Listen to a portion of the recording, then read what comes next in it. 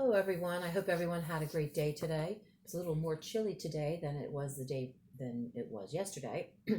I want to remind everyone about our Zoom call tomorrow at 1 o'clock. I did send an email out to everyone. I heard from several students. There were a few I did not hear from about being on the call tomorrow, at being a good time or not.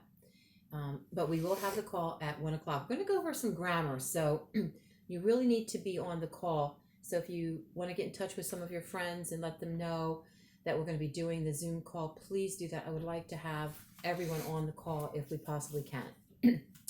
Okay, now we're going to talk about chapter 18 in the Sign of the Beaver.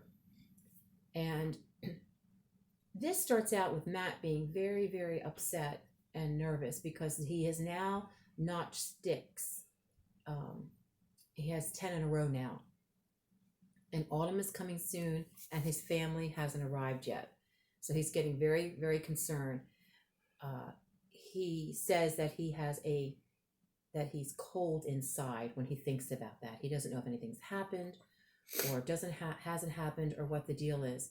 Another thing that has him disturbed is the fact that Etienne doesn't come for days on end. And he just pops in and he leaves. But one day, Matt was out for a walk and in the woods, and he hears a whine of an animal, and it sounds as if it's hurt. And he looks, he goes, "Oh, bad news. He's in the Turtle Clan territory." And despite Etienne's past advice, Matt heads over to the sound. When he locates it, he finds Etienne's dog is caught in the trap. So he decides that no matter whether the territory, what territory it's in, he's going to free the dog.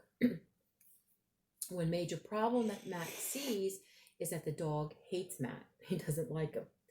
So Matt tries to get the trap undone. He winds up with a cut wrist from trying to escape the dog's jaws. He realizes that he has to find Etienne. So Matt races through the forest, finding the signs that lead to the river. Without a canoe, he splashes across the river, the stream, and gets out into the village, and he's dripping, soaking wet. When he gets on the other side, and a bunch of girls see him, and he asks for Etienne or Sackness, and one girl answers that they're out hunting. So Matt asks for Etienne's grandmom. Now remember, Etienne told Matt that his grandmother did not like him, but he still asked for her anyway. Matt tells her the problem, and a girl goes into the wigwam to translate for him. He introduces herself as Marie, Etienne's sister. Now I'm going to read something here to you in the book, because we really don't read too much together. But on page 95, it says, "Aramis pisvat," she said. "Good for nothing dog." Matt's awe vanished in anger. "Tell her maybe it is good for nothing," he ordered the girl. "Etienne is fond of it, and it's hurt bad. We've got to get it out of the trap." There was distress in the girl's eyes as she turned again to her grandmother. He could see that she was pleading, and that in spite of herself, the old woman was relenting. After a few short words, the girl went into the cabin and came back in a moment, holding in her bag a large chunk of meat, a small blanket folded over her arm. "Me go with you. Dog know me." So Marie just joined too, and the grandma's heart does begin to soften. The grandmother notices the gash in Matt's arm, in his hand, and she forces him to come inside and take care of it. Marie explains to him that the trap may be poison. So inside the wigwam, it's cozy and beautiful, totally different from the scrawny little thing that Matt slept in after the feast. The granny cleans and bandages the wound, and even gives Matt some cornbread on his way out. Marie and Matt chit-chat on the way as they tromp through the woods to get to the dog.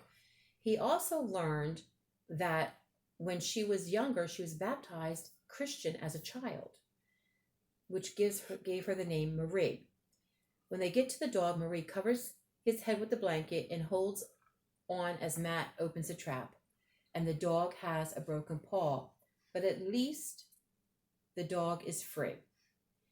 Etienne sees them on the trail and scolds the dog, but Matt just gives Etienne, the dog, I'm sorry, just gives Etienne this little puppy dog eyes. Anybody have a puppy dog, a little dog, or even a big dog?